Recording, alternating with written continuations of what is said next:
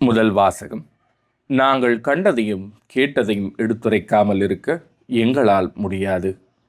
திருத்தூதர் பணிகள் நூலிலிருந்து வாசகம். அதிகாரம் 4, இறைவசனங்கள் 13 முதல் 21 முடிய. அந்நாள்களில் பேதுருவும் யோவானும் கல்வியறிவு அற்றவர்கள் என்பதை தலைமைச் சங்கத்தார் அறிந்திருந்ததால் அவர்களது துணிவைக் கண்டு வியப்படைந்தனர். அவர்கள் இயேசுவோடு இருந்தவர்கள் என்பதையும் உணர்ந்து கொண்டனர். நலம் பெற்ற மனிதர் அவர்களோடு நிற்பதைக் கண்டதால் அவர்களால் ஒன்றும் மறுத்து பேச முடியவில்லை. எனவே அவர்கள் பேதுருவையும் யோவானையும் சங்கத்தை விட்டு வெளியேறும்படி ஆணையிட்டு பின்பு தங்களுக்குள் இது குறித்து கலந்து பேசினார்கள்.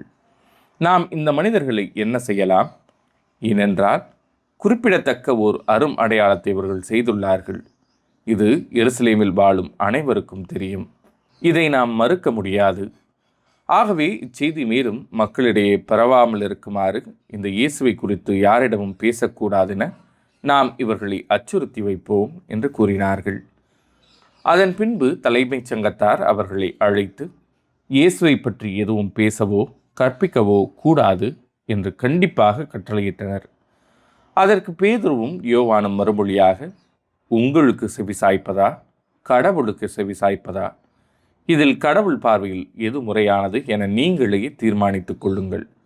என்ன ஆனாலும் நாங்கள் கண்டதையும் கேட்டதையும் எடுத்துரைக்காமல் இருக்க எங்களால் முடியாது என்றனர். அவர்களை தண்டிப்பதற்கு வேறு வழி கண்டுபிடிக்க முடியாததாலும் மக்களுக்கு அஞ்சியதாலும் தலைமை சங்கத்தார் அவர்களை மீண்டும் அச்சுறுத்தி விடுதலை செய்தனர். இது ஆண்டவரின் அருள்வாக்கு. இறைவா, உமக்கு நன்றி. பதிலுரை பாடல். ஆண்டவரே, என் மன்றாட்டை நீர் கேட்டதால் நான் நன்றி செலுத்துகின்றேன்.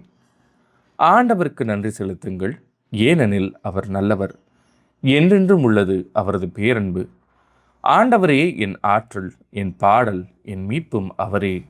நீதிமான்களின் கூடாரங்களில் வெற்றியின் மகிழ்ச்சி குரல் ஒலிக்கின்றது.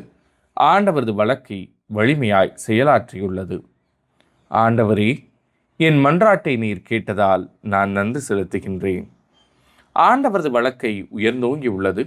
ஆண்டவரது வழக்கை வலிமையாய் செயலாற்றியுள்ளது. கண்டித்தார், ஆண்டவர் என்னை கண்டித்தார், ஆனால் சாவுக்கு என்னை கையளிக்கவில்லை. ஆண்டவரே, என் மன்றாட்டை நீர் கேட்டதால் நான் நன்றி செலுத்துகின்றேன். நீதிமான்கள் செல்லும் வாயில்களை எனக்கு திறந்து விடுங்கள்.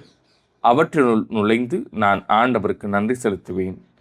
ஆண்டவரது வாயில் இதுவே, இது வழியாய் நீதிமான்களே நுழைவர். என் மன்றாட்டை நீர் கேட்டதால், எனக்கு நீர் வெற்றி அளித்ததால் உமக்கு நான் நன்றி செலுத்துகின்றேன். ஆண்டவரே, என் மன்றாட்டை நீர் கேட்டதால் நான் நன்றி செலுத்துகின்றேன். நற்செய்திக்கு முன் வாழ்த்துளி.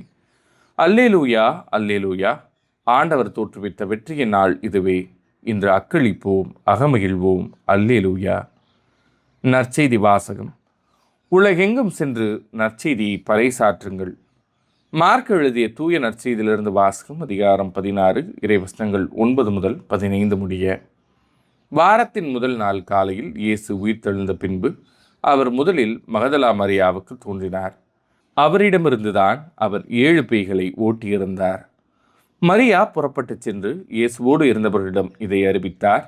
அவர்கள் துயருற்று அழுது கொண்டிருந்தார்கள்.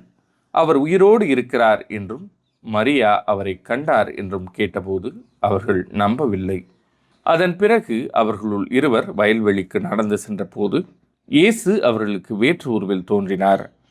அவர்கள் சென்று அதனை மற்றவர்களுக்கு அறிவித்தார்கள். அவர்கள் சொன்னதையும் சீடர்கள் நம்பவில்லை. இறுதியாக 11 பந்தியில் அமர்ந்திருந்த பொழுது அவர்களுக்கு இயேசு தோன்றினார். உயிருடன் எழுப்பப்பட்ட தம்மை கண்டவர்கள் சொன்னதையும் நம்பாமல் அவர்கள் கடின உள்ளத்தோடு இருந்தமையால் அவர் அவர்களுடைய நம்பிக்கையின்மையை கண்டித்தார். இயேசு அவர்களை நோக்கி, உலகெங்கும் சென்று படைப்பிற்கெல்லாம் நற்செய்தியை பறைசாற்றுங்கள் என்று உரைத்தார். இது ஆண்டவரின் அருள்வாக்கு. கிறிஸ்துவே, உமக்கு புகழ்.